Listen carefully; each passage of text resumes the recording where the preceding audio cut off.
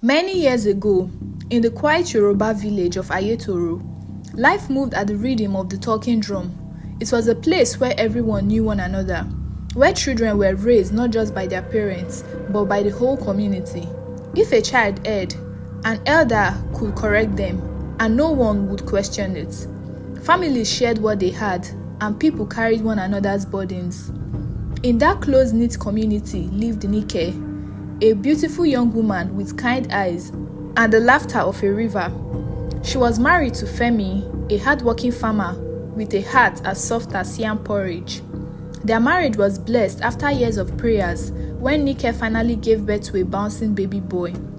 The day she returned home from childbirth, the entire village came alive. Drummers beat their drums, women ululated, children danced, and elders gathered to bless the newborn. One after the other, neighbors trooped into their huts, carrying gifts.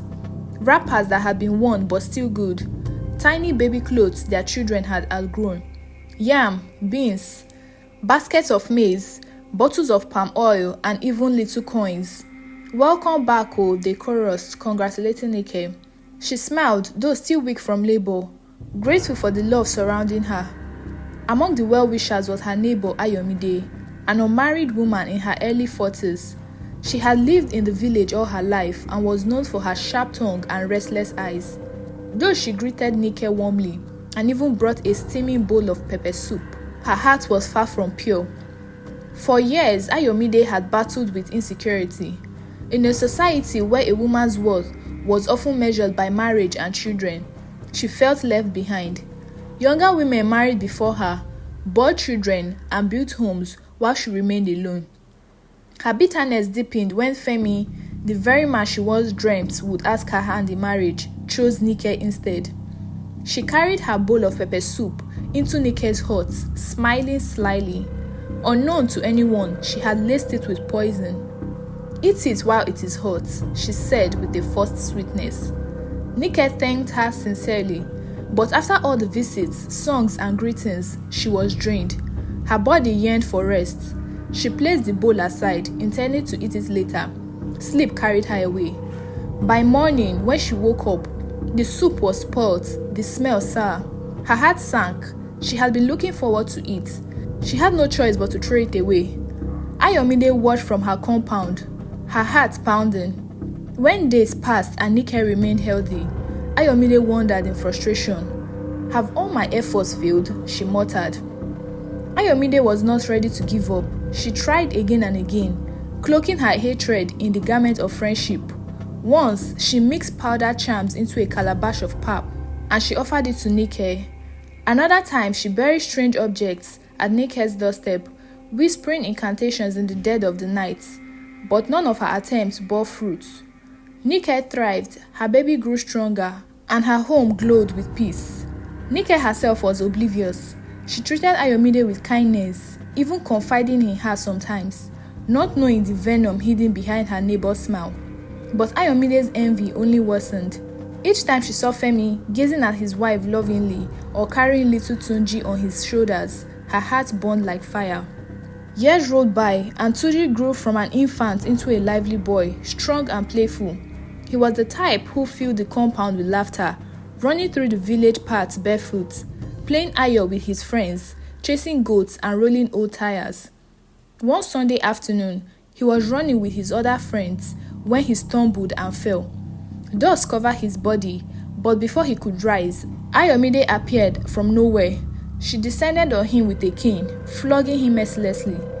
"Omo Ale, you want to break your bones? See how you are playing like a rough goat." The boy cried out in pain, struggling to escape. Villagers watched but said nothing. In Ayetoro, it was normal to discipline another's child. But when Enkay arrived and saw Ayomide beating her son until sores rose on his body, something snapped. Stop it, Ayomide," she screamed, rushing forward to shield her boy. "He is my son, not yours. Do not beat him like that." Ayomide froze, then slowly let the cane drop. But in an instant, she changed her face, bursting into loud, dramatic sobs. "So this is how you mock me because I am unmarried and childless, eh? Just because I corrected your child, you insult me in public."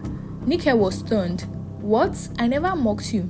But Ayomide was already running through the village, crying to anyone who cared to listen. "She mocked me because I have no husband and no child." People shook their heads.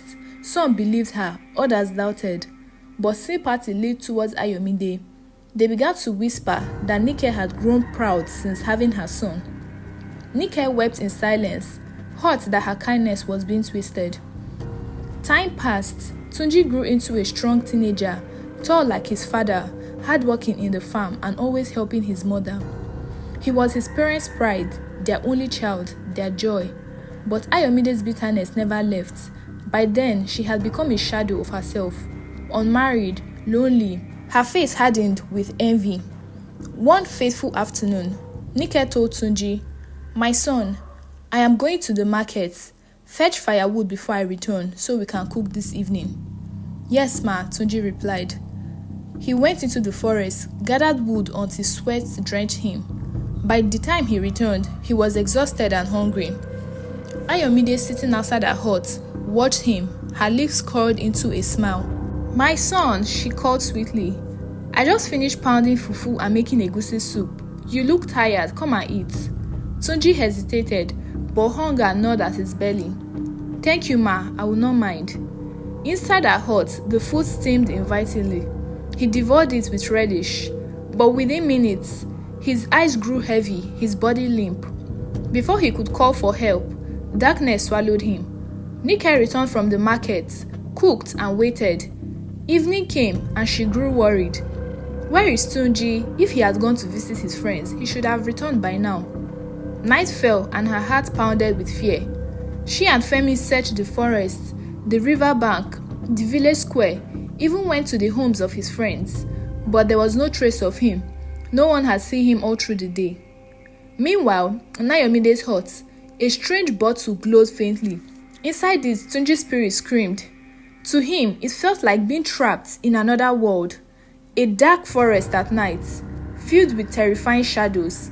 He ran endlessly, chased by unseen beings. Whenever he shouted, his voice echoed like thunder. But outside, it was only a muffled cry from the bottle. At night, Ayomide would peer into the bottle and smile wickedly. Now I have finally broken you, Nike. Your joy is mine to crush. Weeks turned into months. Nike was inconsolable. She wept daily, her body withering from grief. Femi tried to be strong, but his eyes betrayed his pain. The village sympathized, searching far and wide, consulting hunters, diviners, even traveling to distant shrines. But Ayomide pretended innocence. She even shed crocodile tears in public. At night, however, neighbors sometimes heard strange cries from her hut. Eerie, like a boy screaming. When asked, she claimed it was the wind. People shrugged, unwilling to suspect her, but the gods had their ways. One Harmattan evening, when the air was dry and the sky clear, the village prepared for their annual Oro festival. During the celebrations, the women came together to cook large pots of food. So as usual on this day, women gathered, preparing special delicacies. Some were pounding, some went to fetch firewood, others were cutting vegetables. Iyadayo, one of the women stirring the soup, noticed that palm oil was lacking, so she suggested to go into Ayomide's hut to get a gallon of oil. Because Ayomide was a palm oil seller in the village, as a result, she always had gallons of oil in her hut. Ayomide usually never allowed anyone into her hut, but she was not there to stop Iyadayo because she was one of those who went to fetch firewood. All of a sudden, a loud scream came from Ayomide's hut. Everyone gathered, only to find Iyadayo running out and dropped a bottle on the ground. At first, it looked ordinary, but then they heard it, a faint cry, a boy's voice screaming, "Mama, Mama!" The villagers froze. "What is this?" one whispered, trembling. The bottle rattled violently on its own, glowing faintly.